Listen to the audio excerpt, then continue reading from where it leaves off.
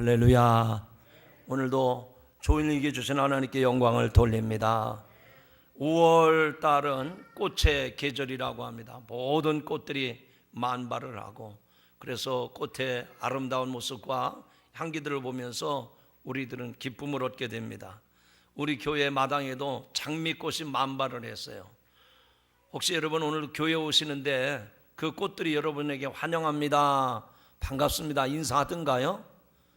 네, 어디에 꽃이 있는지 보지도 못하고 헐레벌떡 그냥 예배 시간 맞춰서 오느라고 고생하신 분들도 없잖아요. 있을 거예요. 여러분, 교회 마당에 장미꽃이 아주 만발을 했습니다.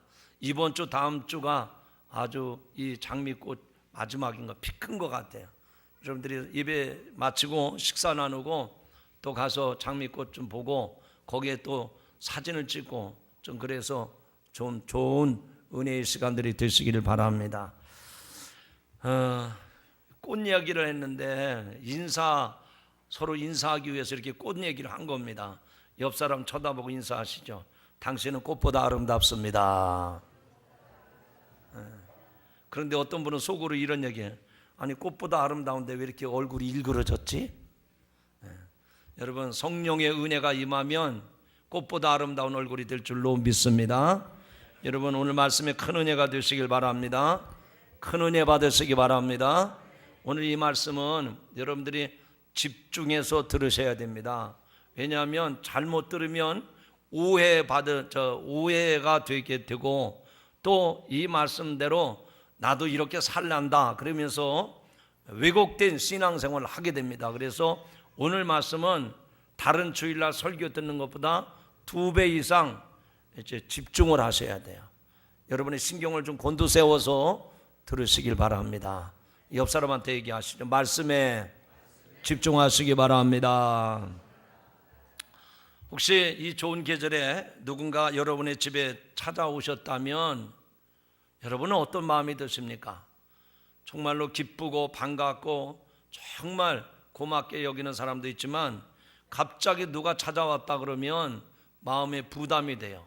좀 짐이 됩니다. 왜냐하면 그분을 잘 대접을 해야 되는데 이렇게 불쑥 찾아오면 난감하고 좀 어찌할 바를 모르게 되고 좀 당황되는 때도 없잖아 있습니다.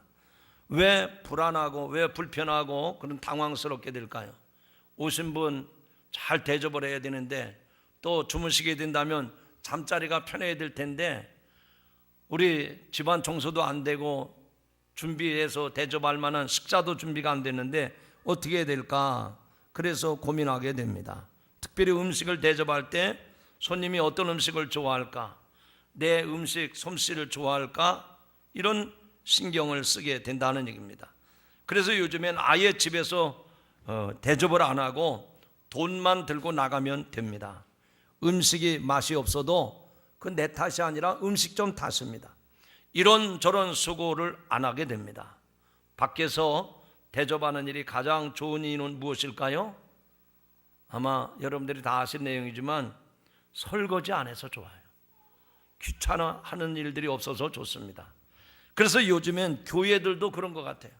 교회에 손님이 오신다 그러면 예전에는 여선교회에서 음식을 장만하고 준비하고 지지고 볶고 그래서 깔끔하게 맛있게 대접을 하는 것이 아주 교회의 자랑이었고 교회가 마땅히 해야 될 일인 줄 알았어요. 그런데 요즘에는 너나 없이 바쁘고 또 음식을 대접한다고 해도 이게 또 결례가 될까 봐, 그래서 교회들마다 어느 교회든지 전부 다 교회에서 대접하는 경우가 거의 드뭅니다. 전부 다 밖에 나가서 외식을 하게 되죠. 오늘 읽은 말씀에 보니까 예수님이 어느 날 예루살렘에서 3km 떨어진 베다니 마을에 들어가셨습니다. 그런데 그 동네에 사는 여인 마르다가 예수님이 자기 동네에 오셨음을 알고 얼른 나가서 예수님을 자기 집으로 초청해서 모셔갔습니다. 왜냐하면 자기가 예수님을 대접하는 것이 자기 인생의 최고 영광이고 기쁜 일이고 보람인 줄 알았기 때문에, 그래서 얼른 이 마르다가 예수님을 자기 집으로 초청을 했습니다. 자기 집에 오신 것도 감사하지만 자기가 예수님을 대접할 수 있다고 하는 이런 기회가 주어진 것이 축복이라고 생각을 했습니다. 그래서 예수님과 제자들에게 맛있는 음식을 대접하기 위해서 이 마르다가 온갖 정성을 다 쏟습니다. 그런데 여자라고는 동생 마리아가 있는데 자기와 둘밖에 없는데 이 마리아는 음식 준비하는 것을 전혀 돕지 않습니다. 그리고 예수님의 발 앞에 바짝 붙어 앉아서 예수님의 말씀만 듣고 있는 거예요. 그러니 언니 마르다는 속이 좀 상했습니다. 혼자서 예수님과 함께 온 제자들을 위해서 음식을 준비하자니 시간은 가고 마음이 조급해지고 일손은 모자라고 너무 마음이 분주한 겁니다. 힘이 들었던 겁니다. 마리아가 예수님의 발 앞에 앉아 말씀만 듣고 있는 모습에 좀 마르다는 화가 났습니다. 그래서 예수님 모르게 제자들 모르게 마리아에게 눈짓도 하고 손짓도 하면서 빨리 와서 도와달라고 사인을 보냈는데도 마리아는 꼼짝도 안 합니다. 참다 못해서 마르다가 이제 예수님에게 이렇게 요청을 합니다. 예수님, 저 동생 마리아에게 언니 좀 도와주라고 말씀 좀 해 주십시오. 언니 좀 가서 도와주라고 좀 예수님 말씀만 좀 해 주십시오. 그랬더니 그때 예수님이 마르다 편을 들어주지 아니하고 오히려 그 마르다 책망하는 듯한 말씀을 하십니다. 그리고 하시는 말씀이 마리아는 좋은 편을 택하였다, 칭찬하는 것처럼 오늘 말씀하고 있습니다. 자, 교회에서도 그렇고 가정에서도 그렇고 이렇게 수고하는 사람들이 있어요. 수고하시는 분들은 얼마나 마음이 급한지 모릅니다. 손님은 대접해야 되는데 손길은 모자라고 해야 할 일은 많고 이게 제대로 되는지 거꾸로 되는 건지 그래서 마음이 막 불편하고 답답하고 좀 마음이 바쁩니다. 근데 도와줘야 될 사람이 돕질 않는 거예요. 아니 지금 불난집에 부채질 하듯이 아니 지금 음식 준비를 해서 오신 예수님 제자들을 잘 대접해야 되는데 아니 예수님에게 가가지고 예수님하고 농담이나 글쎄 농담인지 무슨 얘기인지 모르겠지만 예수님하고 대화만 하고 있으니 마리아가 얼마나 답답했겠습니까? 얼마나 마음이 속상했겠습니까? 그런데 이 마르다가 언니가 자기 동생 좀 자기한테 와서 도와주라고 예수님한테 부탁의 말씀을 했더니 예수님이 마리아가 옳은 것을 택했다, 좋은 편을 택했다 이렇게 말씀을 하시는 거예요. 여러분, 이 말씀이 오늘의 결론이 아닙니다.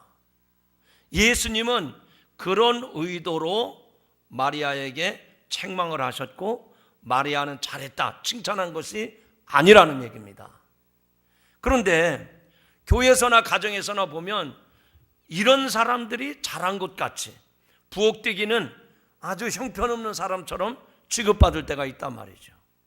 오늘 본문의 내용이 그런 결론이 아니라는 사실을 미리 말씀을 드립니다. 왜냐하면 한번 가만히 생각을 해보십시오. 가정에서 부엌에 살림살이하는 아내들이 그렇게 형편없는 사람들입니까?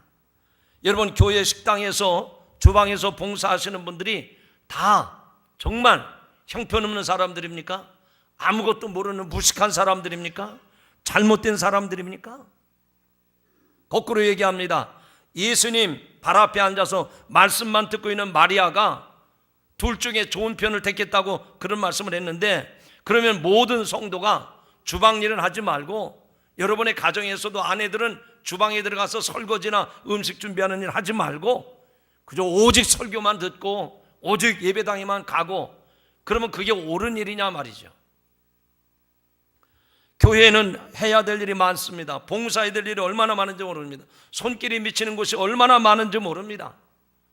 그런데 손끝에 물 하나 안 묻히고 그냥 때때 옷만 입고 교회 왔다 갔다만 하고 교회에서 무슨 행사가 있으면 주인 노릇이나 하고 그런 사람이 옳은 사람이냐 이겁니다. 그런 사람의 결정이 잘한 결정이냐 하는 얘기입니다. 결코 그렇지 않다는 얘기입니다. 본문을 깊이 있게 살펴보면 그런 결론이 아니라는 사실을 알 수가 있습니다. 좀 더 세부적으로 살펴보기를 원합니다. 첫째로 마르다가 과연 주님께로부터 책망을 받았다고 볼 수 있는가 하는 것입니다. 우리는 오늘의 본문을 읽으면서 얼핏 주님이 언니였던 마르다를 책망하는 느낌을 받습니다. 왜 그런가 하니 여기 41절 42절에 보면 주께서 대답하여 가라사대 마르다야 마르다야 내가 많은 일로 염려하고 근심하나 그러나 몇 가지만 하든지 혹 한 가지만이라도 족하니라. 마리아는 이 좋은 편을 택하였으니 빼앗기지 아니하리라 하시니라. 아니 지금 수고하고 예수님을 대접하고 제자들 대접하려고 하는 그 열심을 가지고 지금 주방에서 열심히 일하고 있는 마르다, 예수님의 말씀을 들어보면 잘했다고 칭찬하는 게 아니라 잘못했다고 책망하는 것처럼 들릴 수 있단 말입니다. 더더군다나 42절에 보면 몇 가지만 하든지 혹 한 가지만이라도 족하니라. 마리아는 이 좋은 편을 택하였으니 빼앗기지 아니하리라. 이 예수님의 말씀이 마르다를 책망하는 듯한 뉘앙스를 줍니다. 그러나 결코 책망의 말씀이 아닙니다. 왜냐하면 여기 마르다에게 주님이 말씀하실 때 뭐라고 부르시는 거 아니? 마르다야 마르다야 연거푸 2번을 부르십니다. 여기서 마르다를 2번 부르신 것은 이 마르다가 잘못했다 책망하고 야단치는 어조가 아니라 그 수고하는 마르다에 대한 각별한 사랑의 마음과 그 마르다의 수고를 동정하는 그런 표현을 하는 것입니다. 마치 아버지가 자기 아들의 등을 어루만지면서 사랑의 음성으로 타이르고 있는 것과 같습니다. 이런 때 아멘이 안 나오는 분들은 나는 그렇게 못합니다 하는 얘기예요. 제가 오늘 이 설교 준비하다가 생각나서 한 게 아니라 이상하게 하나님이 그런 마음을 주시더라고요. 오늘 아침에 모닝커피를 마시고 이제 갑자기 2 아들이 생각이 나요. 그래서 8시 되기 전에 큰아들한테 전화를 했습니다. 아들아, 오늘도 주일인데 교회 나가서 일찍 봉사하고 또 섬겨야지. 그랬더니 아버지 벌써 일어나서 나갈 준비하고 있습니다. 지금 빨리 교회 가야 됩니다. 그래 아들아 수고해라. 장하다. 아들아 사랑한다. 원래 사랑한다는 말은 제가 잘 안 하는데 오늘 소름이 끼쳤지만 아들아 사랑한다. 알았어요. 그리고 전화가 끊어지더라고요. 큰아들 했으니 또 작은아들한테 해야죠. 작은아들한테도 전화했더니 이 친구는 아직 잠자리에서 못 일어난 것 같아요. 아들아 지금 8시인데 교회 가야지. 예배당에 가서 사역을 해야 되는데 부지런해야 된다. 10분 일찍 일어나면 내 마음이 편하단다. 그랬더니 알았어요. 아들아 수고해라.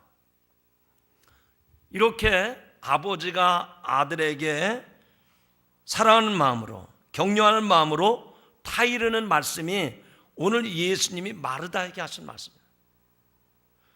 너 지금 잘못하고 있다. 그 하는 일이 그게 뭐냐? 이렇게 책망하고 화를 내는 말씀이 아니라는 겁니다. 마르다야 마르다야 그가 수고하는 것에 대해서 인정해 주신 말씀입니다. 그가 하는 일에 대해서 동의하는 말씀입니다.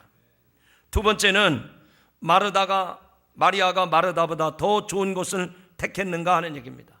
마리아는 뭐 했습니까? 예수님의 발치에 앉아서 언니 하는 일은 도와주지 않냐고 예수님의 말씀만 듣고 있습니다. 마르다는 주방에서 열심히 지금 음식을 준비하고 있는 거예요. 그런데 마리아가 마르다보다 더 좋은 것을 택했는가 하는 것입니다. 우리도 마리아가 더 좋은 것을 택했다고 하는 생각을 하기 쉽습니다. 왜냐하면 42절에 말씀하기를 마리아는 이 좋은 편을 택하였으니 빼앗기지 아니하리라 하는 말씀 때문입니다. 여기 이 좋은 편이란 말이 무슨 뜻입니까? 우리말로 이 좋은 편이란 말을 듣게 되면 반대 개념을 생각하게 됩니다. 저 나쁜 편을 떠오르게 된다는 말입니다. 우리가 편이라고 하는 누구 편, 이 편이라고 하는 말을 쓰게 될 때 상대적인 개념으로 쓰는 경우가 대부분입니다. 예를 들면 이 편 하면 저 편, 또 우리 편 하면 상대편, 이런 말들이 바로 그런 개념입니다. 우리는 이러한 인식 때문에 마리아가 마르다보다 더 좋은 것을 택했다고 생각이 들 수 있다는 얘기입니다. 그러나 그것이 전부가 아니라는 얘기입니다. 3번째로 마르다가 많은 일 때문에 주님으로부터 지적을 받았느냐 하는 것입니다. 여러분, 이 마르다가 얼마나 분주했겠어요. 그릇을 준비해야죠. 음식을 담아야죠. 거기에 재료를 뭐를 써야 될까 고민하죠.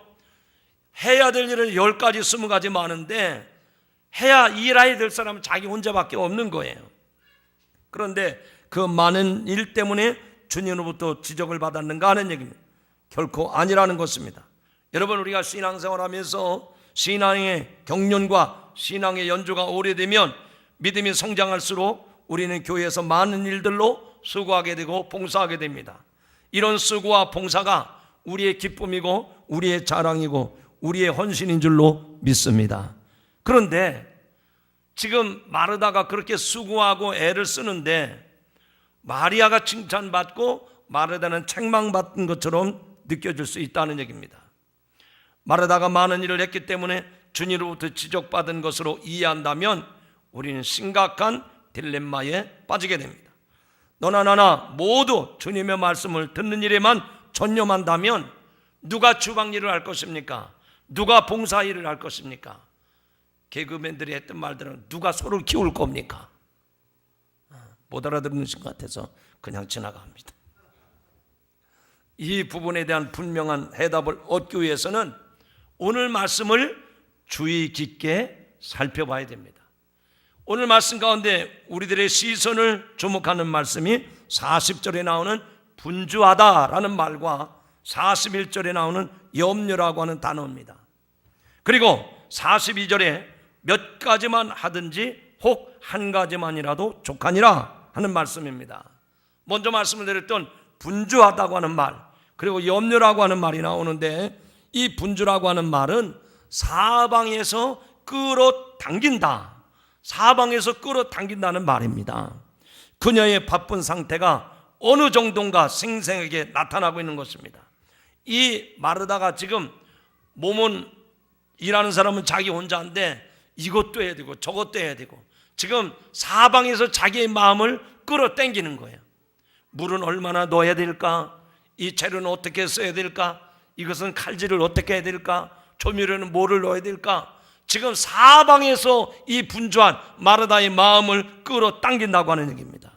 그래서 지금 그런 마음의 상태를 이 분주하다고 하는 말 속에 나타나고 있는데, 마르다의 마음이 주님을 향한 방향으로 모아지지 아니하고 지금 음식 만드는데 그것도 마음이 끌어당겨서 얼마나 지금 정신이 없고 분주한지 모릅니다.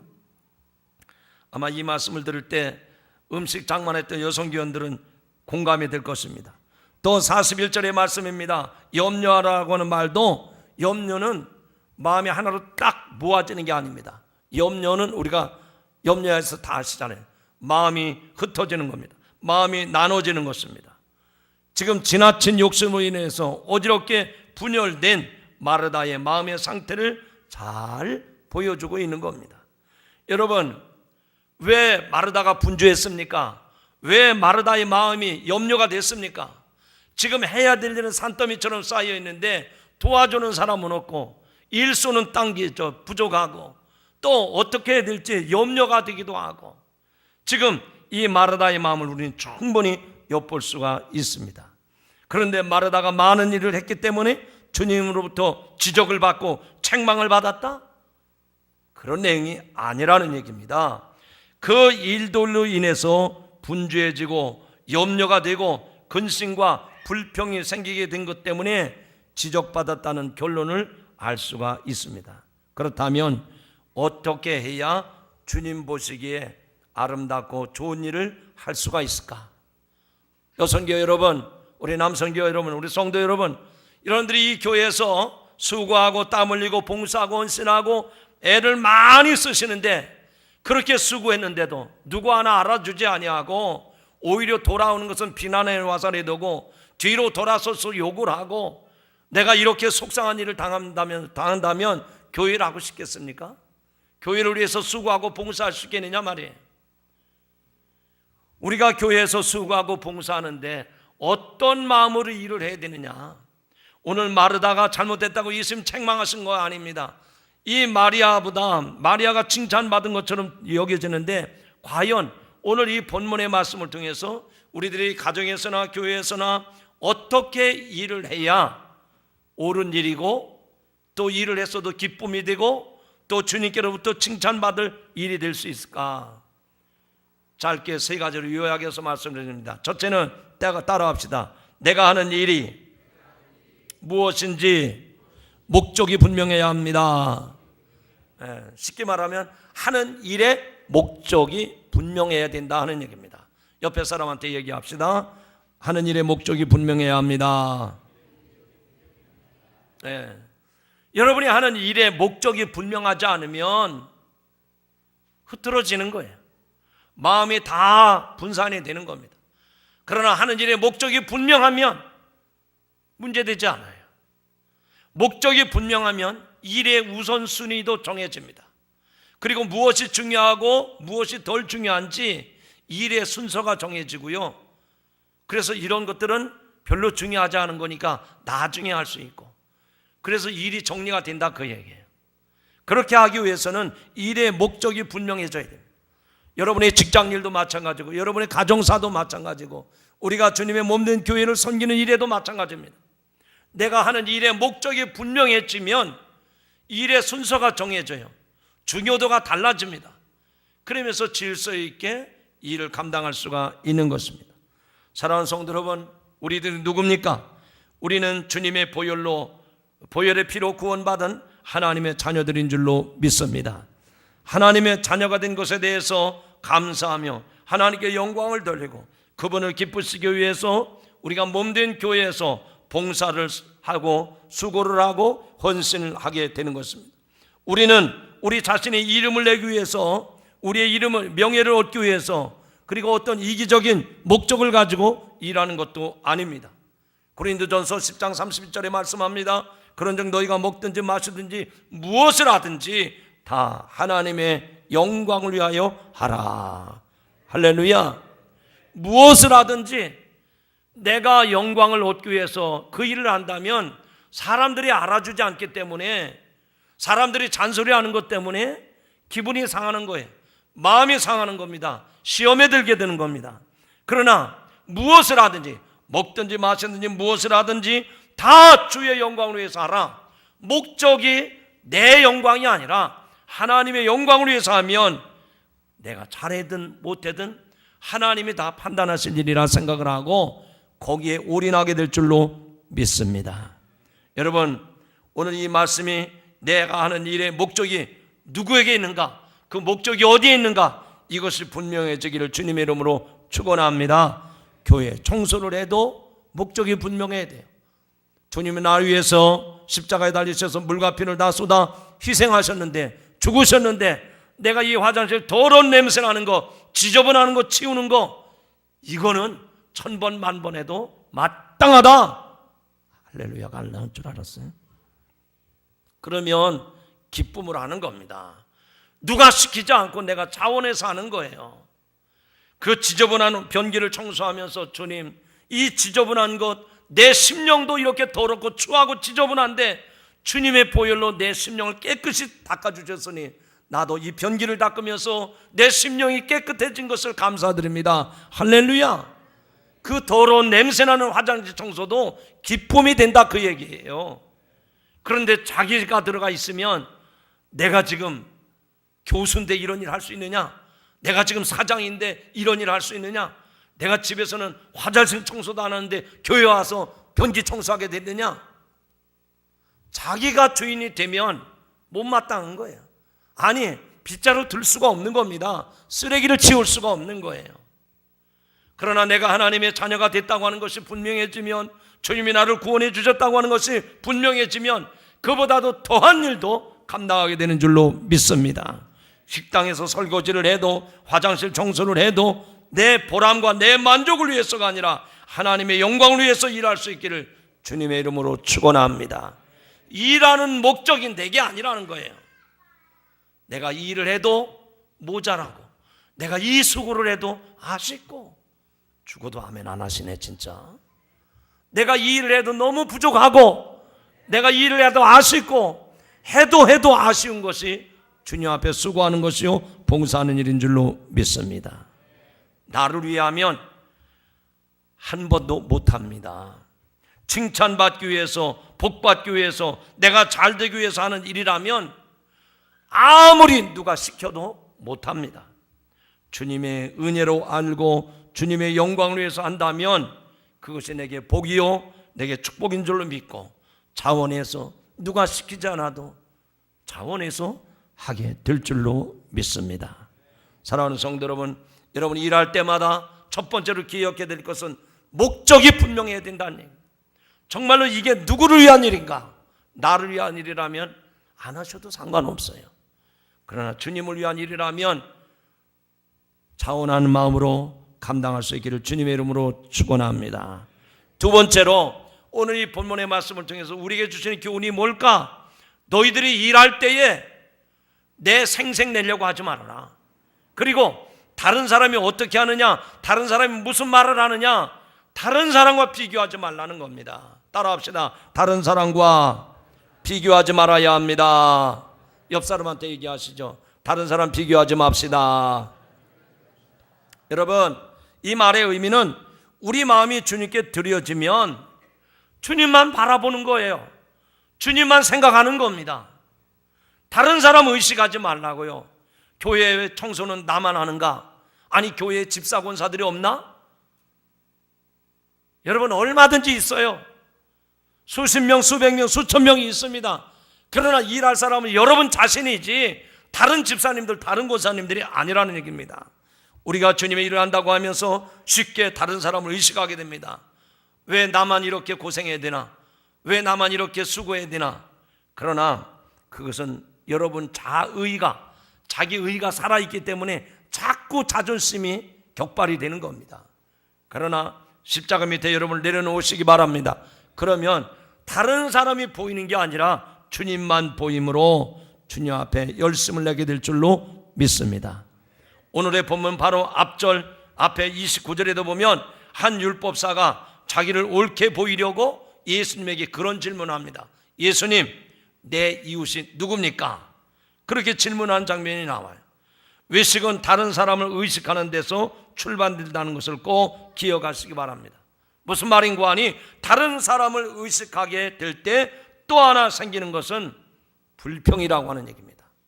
오직 주님만 바라보면 주님 앞에 불평할 게 없어요. 왜냐하면 주님은 우리를 칭찬해 주시고 격려해 주시고 우리에게 소망을 주시기 때문입니다. 할렐루야. 못했어도 주님은 잘했다고 격려하시는 분이세요. 그렇기 때문에 거기에 불평이 있을 수가 없어요. 그런데 주님이 아니라 주님은 안 보이고 다른 사람만 보이면 아니 쟤는 왜 안 하는 거야?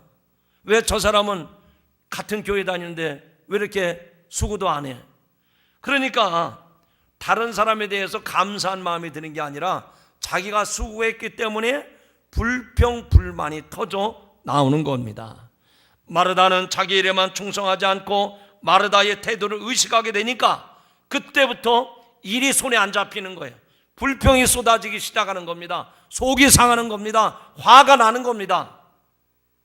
여러분들은 교회 일할 때 이런 마르다와 같은 마음이 없었습니까?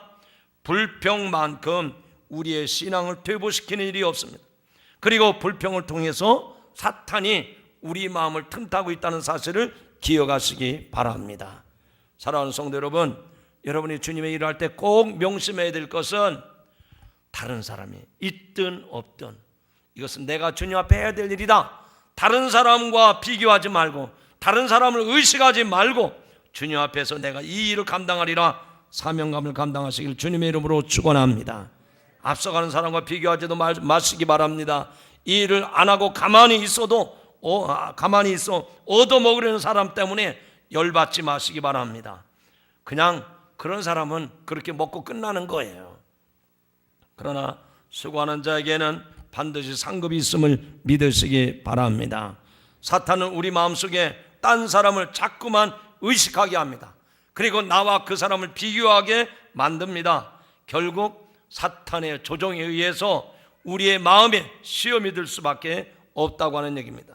마르다도 마리아를 보지 않았다면 이렇게 불평, 불만이 터지지 않았을 것입니다. 다른 사람은 비교의 대상이나 원망의 대상이 아니라 내가 사랑해야 할 사랑의 대상이요, 내가 섬겨야 할 섬김의 대상인 줄로 믿으시기를 바랍니다. 그 사람 때문에 내가 속상해하면 안 돼요. 그 사람 때문에 내가 화가 나면 안 된다는 얘기입니다. 마지막 세 번째로 기억해야 될 것은, 우리가 교회에서 일할 때든지 여러분이 직장에서 일할 때든지 가정에서 일할 때 받은 은혜를 생각하고 기쁨으로 하시기 바랍니다. 따라합시다. 받은 은혜를 생각하고 기쁨으로 일해야 합니다. 여러분, 10가지를 하든 1가지를 하든 중요한 것은 내가 하는 일 자체에 기쁨이 있어야 됩니다. 즐거움이 있어야 됩니다. 그렇지 않으면 그 일을 다 이루었어도 화가 되게 되는 것입니다. 사람 때문에 그 일을 마지못해 하거나 남들이 뭐라 할까 억지로 하면 하나님이 기뻐하지 아니하고 그 일의 결과도 우리에게 축복이 되지 못한다는 얘기입니다. 그렇다면 어떻게 기뻐할 수가 있을까요? 내게 있는 모든 것이 하나님의 은혜임을 잊지 마시기 바랍니다. 여러분, 여러분이 주의 전에 나와서 교회를 청소하고 주방에 가서 봉사하고 여기저기 다니면서 여러분의 손길이 미치는 곳마다 수고할 때 여러분 어떤 마음으로 일하셔야 됩니까? 내가 아직까지 교회 와서 빗자루 가지고 쓸 수 있을 만큼 힘이 남아있으니 하나님이 내게 건강 주셨구나. 이쪽 동네는 아멘 안 하네. 힘이 없는 사람들인가 봐. 아직도 내가 주방에서 이렇게 설거지하고 할 정도 되면 아직도 내가 근력이 남아있구나. 할렐루야. 여러분, 그 은혜를 기억하란 말입니다. 하나님께서, 어제도 제가요, 오늘 엘리베이터 타고 오는데 엘리베이터 안에가 환하든가요 어둡든가요? 환한지 어두운지 정신없이 달려오다 보니까 그런 것도 모르셨나요? 엘리베이터 안에 전등이 끊어져 가지고 안 들어오는 거예요. 참다 안 돼 가지고 제가 전구 전파사에 가 가지고 이 엘리베이터 안에 달아야 될 전구를 좀 주세요 그랬더니 내주더라고요. 모양이 보니까 아닌 것 같아요. 이런 거 말고 이런 걸 좀 주세요 그랬더니 이거에 맞다는 거예요. 그래서 갖다가 대보니까 크기도 안 맞아, 모양도 달라. 그래서 전기 관리하는 사람한테 전화를 했더니, 목사님 그거는 제가 사다 드는 거기 때문에 제가 사는 데서만 구입을 해야 됩니다. 이번 주 중에 갖다 놓으라고 그랬어요. 여러분, 제가 그걸 만지고 싶어도 전문적인 기술이 없어요. 여러분, 전기 좀 다룰 수 있는 분은 좀 그런 일 좀 하십시오. 교회에서 여러분들 헌금한 일을 재정부에서 계수합니다. 그런 일에 좀 이렇게 익숙한 사람들은요, 그런 일을 좀 하세요. 무슨 얘기해도 여기까지 갔나 모르겠네. 하나님이 여러분에게 일할 만한 힘과 능력과 재능을 주셨기 때문에 그 일을 할 수 있는 거예요. 이런 때는 아멘을 좀 크게 하세요. 만약에 여러분들이 좀 뭐가 언짢으신가요? 제가 이렇게 반문하겠습니다. 여러분이 할 수 있는 능력이 있어요. 그 능력이 됩니다. 다른 사람들은 아무리 해도, 여러분 컴퓨터 가지고 교회 우리 홈페이지에 사진 올리고 막 이런 거 우리 연세 많으신 권사님들은 할 수 있습니까? 그거는 못하는 거예요. 안 되는 건 안 되는 겁니다. 근데 그걸 안 하는 거예요. 알면서도 안 하는 거예요. 제가 가만히 보니까 어떤 경우가 생기는 거 아니에요. 할 줄 알면서도 안 하면은 하나님이 그 재능을 거둬가시더라고요. 제가 겁주는 게 아닙니다. 여러분이 주님의 몸된 교회를 위해서, 여러분의 가정을 위해서, 여러분의 직장에서 내가 할 수 있는 일이 있어요. 휴지 줍는 일, 누구나 다 할 수 있는 일이잖아요. 근데 안 하는 거예요. 그러면 하나님이 건강을 걷어가실 수도 있고요, 우리에게 행복이 아니라 불행의 요소가 될 수도 있다, 그 얘기입니다.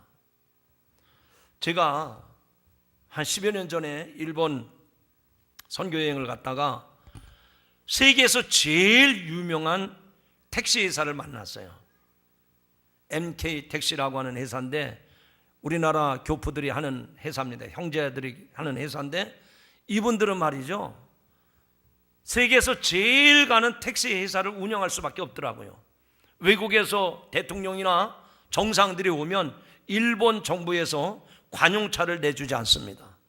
반드시 그 MK 택시 회사에서 관용차가 나갑니다. 왜 그랬을까요? 제가 안양 택시기사 선교회 가서도 혼내는 것처럼 몇 번 설교한 적이 있어요. 이 NK 택시 기사들은요, 택시가 도착하잖아요. 그러면 기사가 택시를 멈추고 먼저 가서 택시 문을 열어주고 손님을 안내합니다. 또 하나, 예를 들면 지금 기억나는 것 중에 다 잊어버렸지만, 비가 오는 날 손님 중에 우산 없이 택시를 탔어요. 그러면 트렁크를 열어서 자기가 우산을 받쳐주면서 이거 저희가 준비한 우산인데 쓰고 가십시오. 그럼 이 비싼 우산을 내가 어떻게 합니까? 그러면은 언제든지 저희 택시회사를 사용하실 때 그때 주시면 됩니다. 또 한 가지, 여러분 보세요. 우리나라 택시는 제가 눈을 씻고 찾아봐도 그런 택시 없어요. 아무리 비싼 무슨 골택시인지 무슨 택시인지 택시 타본 적이 없지만, 여러분 골목에서 택시가 내렸어요. 내가 손님인데 내렸어요. 그런데 골목으로 지금 들어갑니다. 내가 걸어서 골목으로 들어가요. 그러면 그 NK 택시는 그 자리에서 방향을 틀어가지고 그 손님이 골목에서 사라질 때까지 차 라이트를 켜서 비춰줍니다. 자가용이 아니라니까요. 이렇게 서비스 정신을 가지고 하니까 일본에서 유명한 대학을 나온 젊은이들이 그 회사에서 택시기사로 일하려고 앞다퉈서 들어가는 거예요. 여러분, 이렇게 얘기하면 택시기사를 도매금으로 욕하는 것 같은데 그냥 우리들 얘기합시다. 내가 교회 와가지고 쓰레기를 치우고 휴지를 줍고 마당을 쓸고 주방을 청소하고 걸레질을 하고, 얘가 막 외치러 나오잖아요. 얼마나 답답하면. 여러분 보세요. 정말 우리가 여기 와서 대접받으려고 온 사람 아무도 없습니다. 주님을 위해서 어떻게 하면 봉사할까? 주님께로부터 받은 사랑을 내가 어떻게 갚을까? 이것이 우리들의 일해야 될, 우리들의 해야 될 마땅한 자세지, 받아놓은 밥상 차려 먹고 맛이 있느니 없느니 젓가락 두드려 가면서 탓하고, 이거는 하나님 앞에 복 받을 일이 아니라는 겁니다. 이것은 교회 일도 마찬가지고 가정 일도 마찬가지예요. 여러분이 직장에서도 마찬가지입니다. 여러분이 직장의 대표입니까? 그러면 누가 보든 안 보든 한번 쓰레기 청소해 보세요. 휴지를 한번 비워 보세요. 유리창을 걸레로 한번 닦아 보세요. 누가 시켜서 한다면 피곤할 겁니다. 그러나 내가 자원하는 마음으로 한다면 모든 직원들에게 귀감이 되고 그 회사가 살만나는 직장이 될 줄로 믿습니다. 이제 말씀을 맺겠습니다. 우리가 일할 때마다 내가 어떤 사람인지를 알아야 됩니다. 나는 영원히 내 죄값으로 저주받아야 될 사람인데, 심판받아야 될 사람인데, 그러나 하나님께서 나에게 은혜를 베풀어 주셔서 이렇게 귀한 자리에 나와서 예배할 수 있게 하셨다면 내 몸을 다해서, 내 삶을 다해서 주님께 영광 드리는 삶을 살리라. 이것이 우리의 자세인 줄로 믿습니다. 여러분, 이 몸된 교회, 우리 반석교회 성도 한 사람 한 사람, 별 볼 일 없는 사람, 그저 왔다 갔다 하는 사람이 아니라 누구든지 다 꼭 필요한 성도들이 되시길 주님의 이름으로 축원합니다. 휴지 줍는 건 누구든지 할 수 있잖아요. 빗자루질하는 건 누구든지 할 수 있잖아요. 만약에 우리 교회가 이런 분위기로 체질이 바뀌어진다고 하면 이곳이 주님이 거하시는 천국이 될 줄로 믿습니다. 오늘 이것이 교회의 생활뿐만 아니라 여러분의 가정생활, 여러분의 직장생활로 연결이 돼야 돼요. 그래서 세상 사람들이 역시 예수 믿는 사람들은 다르구나, 그게 안디옥 교회에서 처음 일컬음을 받았던 그리스도인이란 이름 아닙니까? 오늘 말씀을 통해서 여러분에게 우리가 믿음 생활하는데, 우리가 가정 생활하고 직장 생활하는데 어떤 태도, 어떤 자세, 어떤 입장에 서야 되는가 하는 것을 깨닫게 하셨습니다. 이 말씀이 여러분의 삶 속에 실제가 되기를 주의 이름으로 축원합니다.